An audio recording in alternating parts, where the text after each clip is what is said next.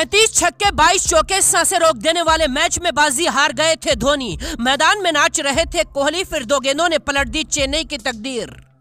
चिन्ना स्वामी में आया छक्कों का तूफान, शिवम दुबे पर भारी पड़े मैक्सवेल। हारी हुई बाजी में फाफ डू प्लेसी ने कर दिया खेल। 12 गेंदों में चाहिए थे 31 रन, विकेट के पीछे से धोनी ने चली ऐसी चाल। आरसीबी के बल्लेबाज बेईमानी का लगाने लगे इल्जाम।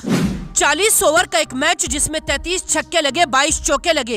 दुनिया के सबसे बड़े दो खिलाड़ी महेंद्र सिंह धोनी और विराट कोहली ने अपनी पूरी ताकत झोंक दी थी। मैक्सवेल और डुप्लेसी ने 10 ओवर में मैच का पासा पलट दिया था। विकेट के पीछे खड़े धोनी हिम्मत हारने लगे थे। विराट कोहली और आरसीबी के खिलाड़ी जीत का जश्न मनाना शुरू कर चुके थे, लेकिन कहते हैं ना, शेर अगर 2 कदम पीछे लेता है तो उसे कमजोर समझने की गलती नहीं करनी चाहिए। जब चेन्नई लगभग मैच को हार चुकी थी, तब धोनी ने स्टंप के पीछे से वो माइंड गेम खेला जिसके लिए दुनिया धोनी को सलाम करती है। आखिरी के 2 ओवर की कहानी पर आएंगे, लेकिन उससे पहले मैच की शुरुआती कहानी देखिए। पहले बल्लेबाजी करने के लिए आई चेन्नई के ऋतुराज गायकवाड़ 3 रन के मामूली स्कोर पर आउट हो गए थे।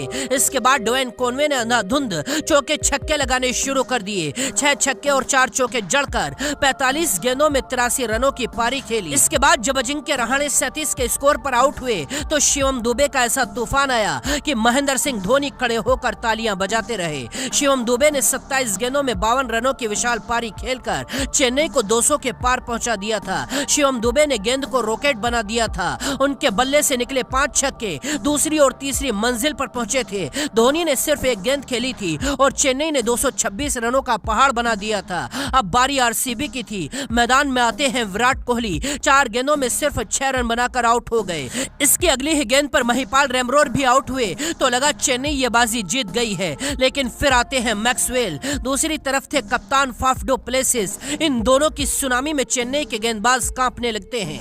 डुप्लेसिस ने 24 गेंदों में 50 रन ठोक दिए थे और मैक्सवेल ने 23 गेंदों में 50 ठोक डाली थी। 13 ओवर में आरसीबी का स्कोर 150 को पार कर गया था। चेन्नई के गेंदबाजों ने हार मान ली थी। आरसीबी के खिलाड़ियों ने जीत का जश्न मनाना शुरू कर दिया था। फिर हिम्मत हारते हारते हुए गेंदबाजों के पास धोनी फरिश्ता बनकर आते हैं। महेश तीक्ष्णा को एक गुरु मंत्र देते हैं। जैसे ही तीक्ष्णा ने अगली गेंद डाली, मैक्सवेल ने आसमान को छूता हुआ शॉट खेल दिया, लेकिन इस बार गेंद बाउंड्री पर नहीं थी, धोनी के ऊपर खड़ी थी। धोनी ने उड़ते हुए इस कैच को दस्तानों में समा लिया। इसके बाद बॉलिंग करने के लिए मोइन अली आते हैं। क्रीज पर खड़े थे फाफ डू प्लेसिस। धोनी इस बार मोइन अली के पास जाते हैं। जैसे ही मोइन अली डुप्लेसी को अगली गेंद करते हैं, फिर वही होता है, गेंद आसमान की तरफ जाती है, लेकिन नीचे धोनी खड़े थे और धोनी डुप्लेसी का खेल भी खत्म कर देते हैं। अब चेन्नई के खिलाड़ियों में जान आ चुकी थी। आखिरी 2 ओवर में आरसीबी को 31 रन चाहिए थे। दिनेश कार्तिक और सुयश प्रभुदेसाई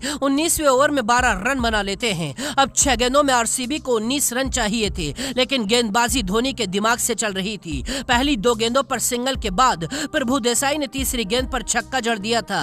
अब 3 गेंदों में 11 रनों की दरकार थी, लेकिन फिर धोनी गेंदबाज के पास जाते हैं और चौथी गेंद पर जो होता है, मैच की पूरी बाजी को पलट देता है। चौथी गेंद इतनी सटीक यॉर्कर पड़ती है कि बल्लेबाज कांप जाता है। अब 2 गेंदों में 11 रन चाहिए थे। 5वीं बॉल फिर से सटीक यॉर्कर, इस पर 2 रन आते हैं। अब एक गेंद में 9 रन चाहिए थे। 6ठी गेंद पर प्रभुदेसाई आउट हो जाते हैं और धोनी के दिमाग से चेन्नई हारा हुआ मैच जीत जाती है। इस मैच में अंपायरों के कई फैसलों को लेकर बवाल हुआ। आरसीबी के कई खिलाड़ियों ने इस पर सवाल उठाए, लेकिन सामने धोनी थे, अंपायर गलत फैसला नहीं ले सकते थे।